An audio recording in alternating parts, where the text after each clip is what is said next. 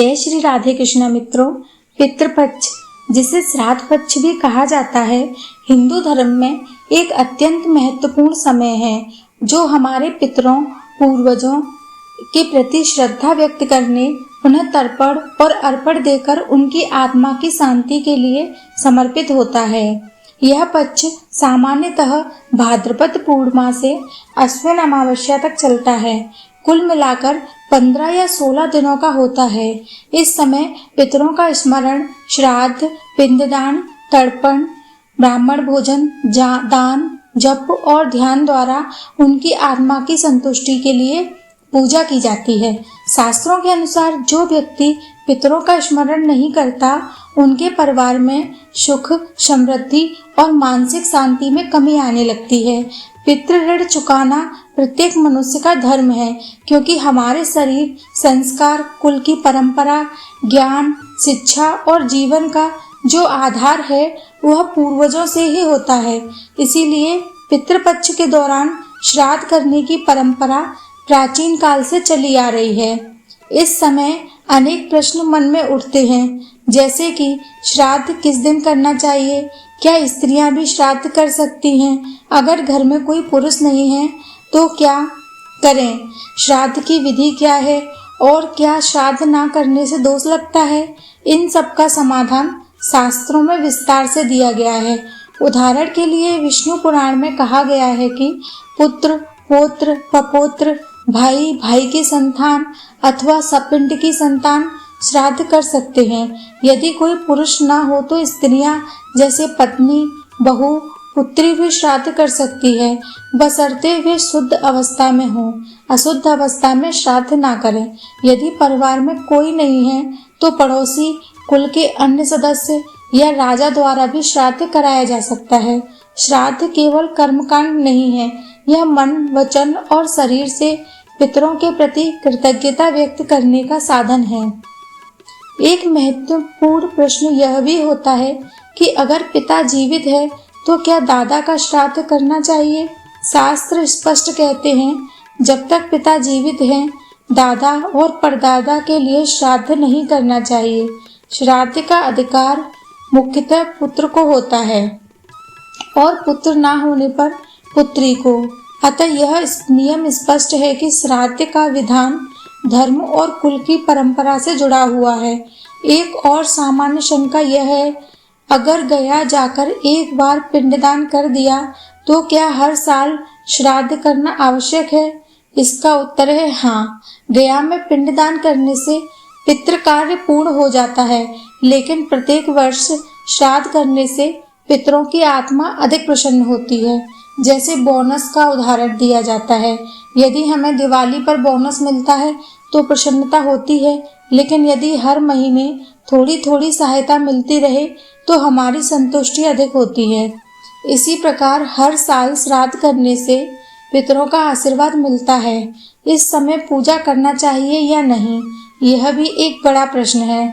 शास्त्रों के अनुसार इस समय विशेष यज्ञ जैसे सत्यनारायण कथा, देवी पूजा आदि नहीं करनी चाहिए, लेकिन नित्य पूजा, मंदिर में दर्शन, हरि नाम जप, भागवत गीता अध्ययन आदि जारी रख सकते हैं। पूजा रोकने की आवश्यकता नहीं है, बल्कि मन को शुद्ध रखते हुए अधिक से अधिक भगवान के नाम का जप करना चाहिए। यदि किसी को विधि नहीं आती तो जल, तिल, कुसा का उपयोग कर केवल मंत्र का उच्चारण करके भी श्राद्ध कर सकते हैं।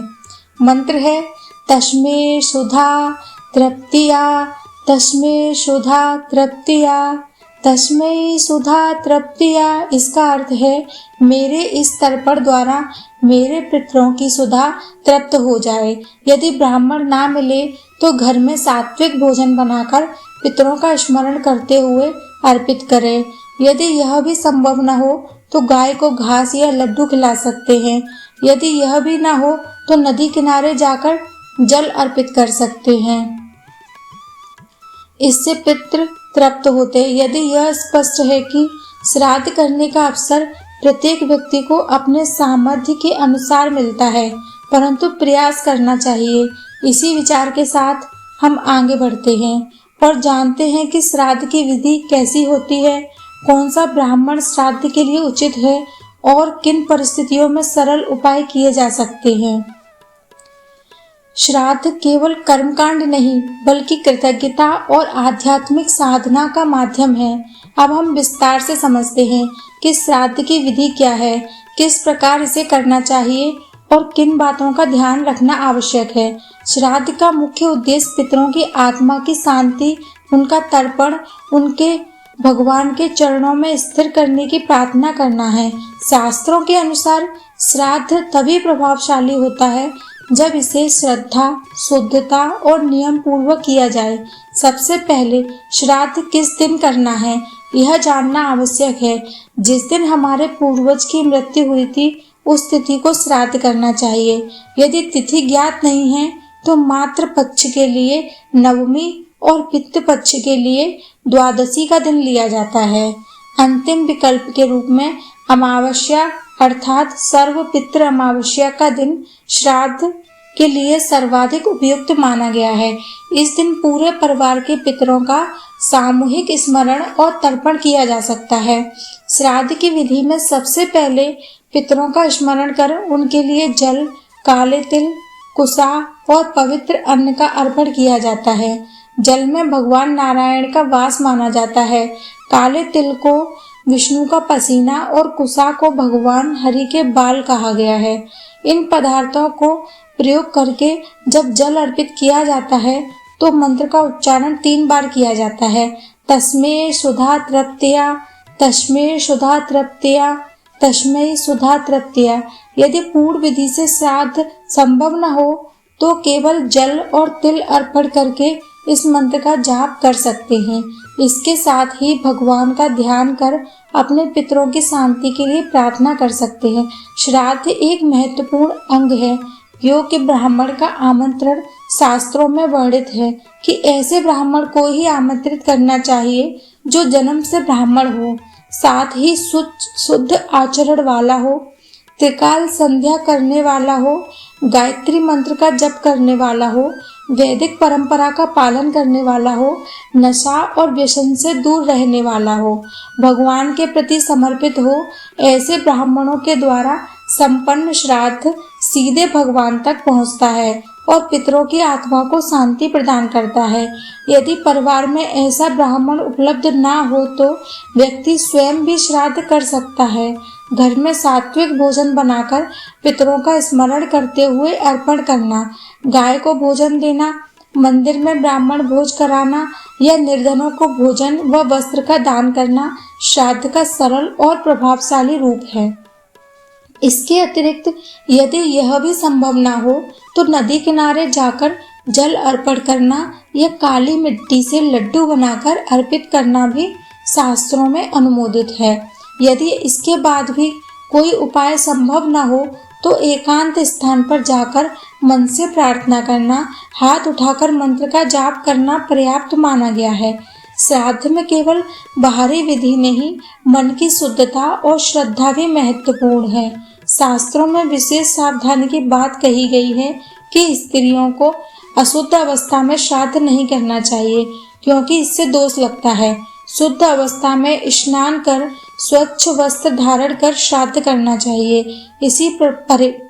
इसी प्रकार परिवार में यदि कोई पुरुष ना हो तो स्त्रियां भी श्राद्ध कर सकती हैं।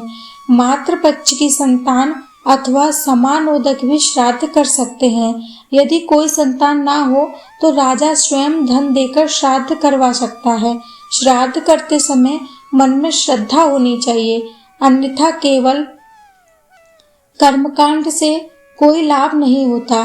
कई लोग सोचते हैं कि गया जाकर पिंडदान कर देने से जीवन भर श्राद्ध की आवश्यकता नहीं रहती, लेकिन शास्त्रों के अनुसार गया में एक बार पिंडदान करने के बाद भी प्रत्येक वर्ष श्राद्ध करना चाहिए।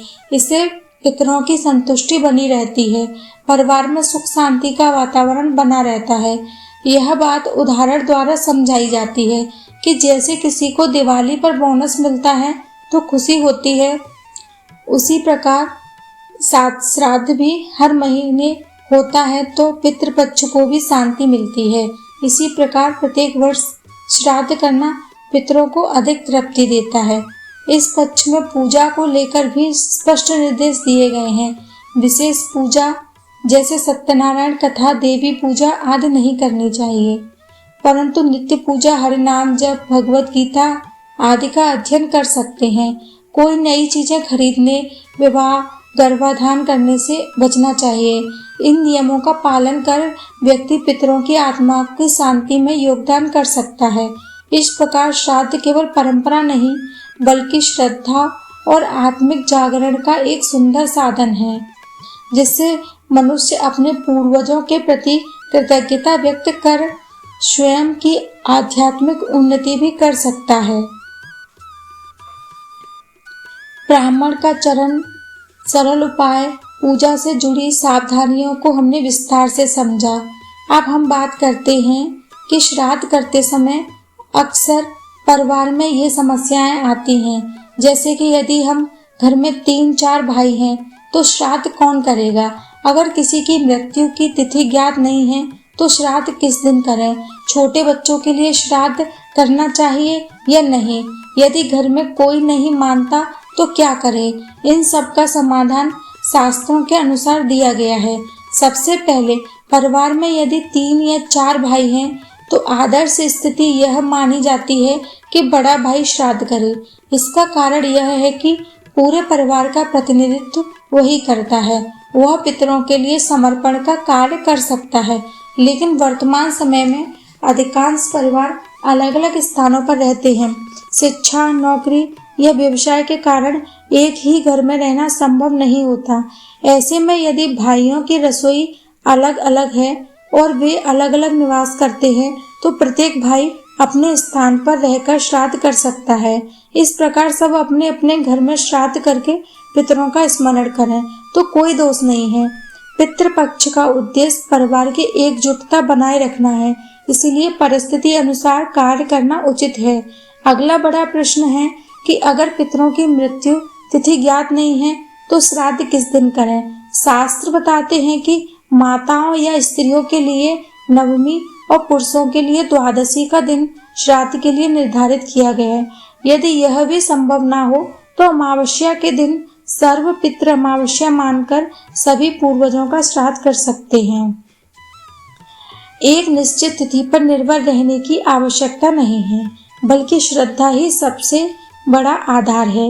यदि इन दिनों में कोई दिन भी ना मिल पाए तो पितरों का स्मरण कर, जल अर्पण करके, दान देकर या प्रार्थना करके श्राद्ध करना चाहिए। श्रद्धा से किया गया एक छोटा सा कार्य भी पितरों को संतुष्टि देता है। कई बार यह प्रश्न भी आता है कि छोटे बच्चों के लिए श्राद्ध करना चाहिए या नहीं। शास्त्रों में बताया गया है कि जिन बच्चों की आयु 2 वर्ष से कम है, जिनका नामकरण नहीं हुआ, जिनकी गर्भ में ही मृत्यु हो गई, उनके लिए श्राद्ध आवश्यक नहीं होता। ऐसे बच्चों की आत्मा को भगवान स्वयं संरक्षण देते हैं। 2 वर्ष से लेकर 16 वर्ष तक के आयु के बच्चों के लिए श्राद्ध नहीं किया जाता, बल्कि उनके लिए केवल जल अर्पित किया जाता है और दूध का दान देना श्रेष्ठ माना गया है। 16 वर्ष से ऊपर की आयु के बच्चों के लिए श्राद्ध या पिंडदान विधि शास्त्र सम्मत नियमों से की जा सकती है, परंतु इसमें विद्वान ब्राह्मण से परामर्श लेकर कार्य करना चाहिए। इसी प्रकार यह भी एक सामान्य चिंता रहती है, यदि घर के सदस्य श्राद्ध के महत्व को नहीं समझते और बार बार समझाने पर भी वे नहीं मानते तो क्या किया जाए।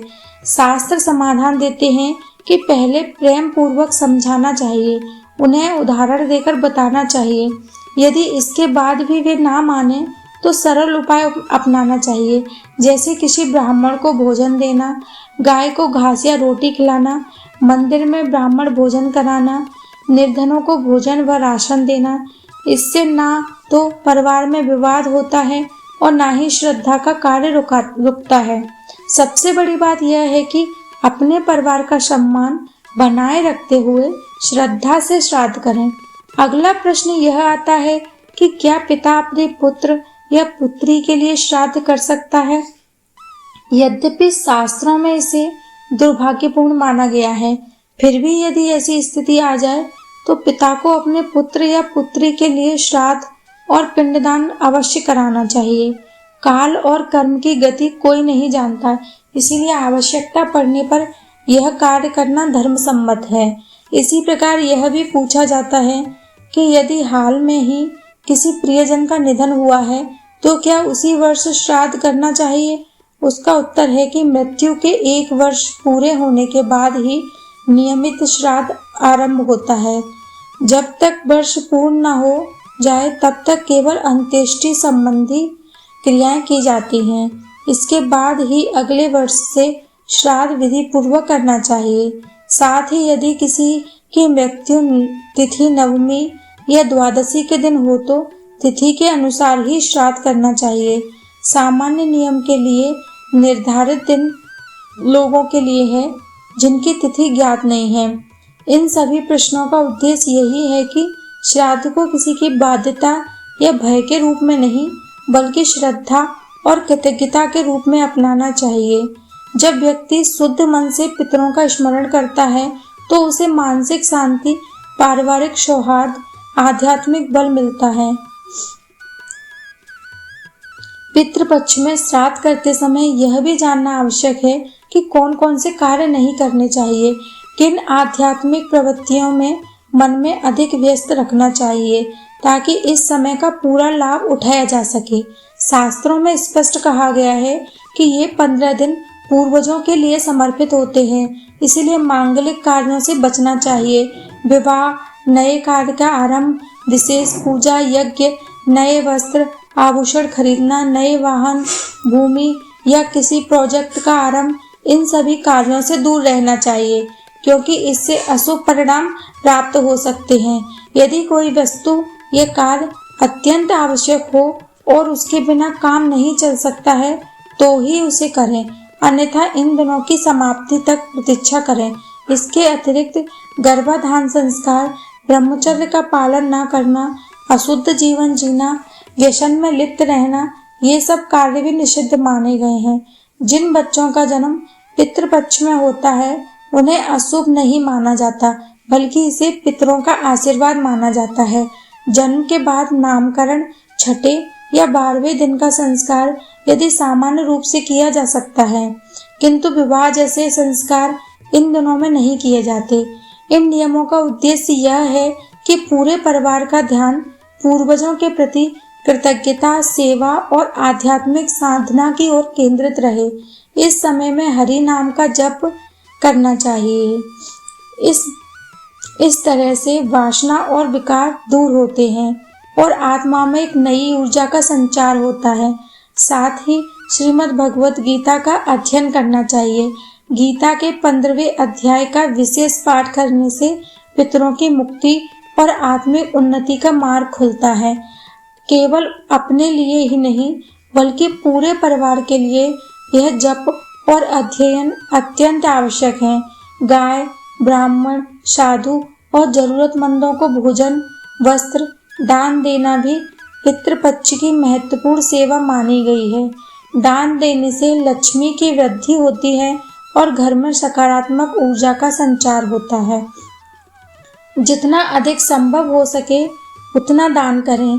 गरीबों, अनाथों, बीमारों की सेवा करें क्योंकि इससे पूर्वज संतुष्ट होते हैं और परिवार में सुख शांति बनी रहती है। मनुष्य को अपने भीतर करुणा, सेवा और विनम्रता का भाव बनाए रखना चाहिए। इसी समय से मानसिक चेतना को शुद्ध रखते हुए क्रोध, लोभ, अहंकार और नकारात्मक विचारों से दूर रहना चाहिए।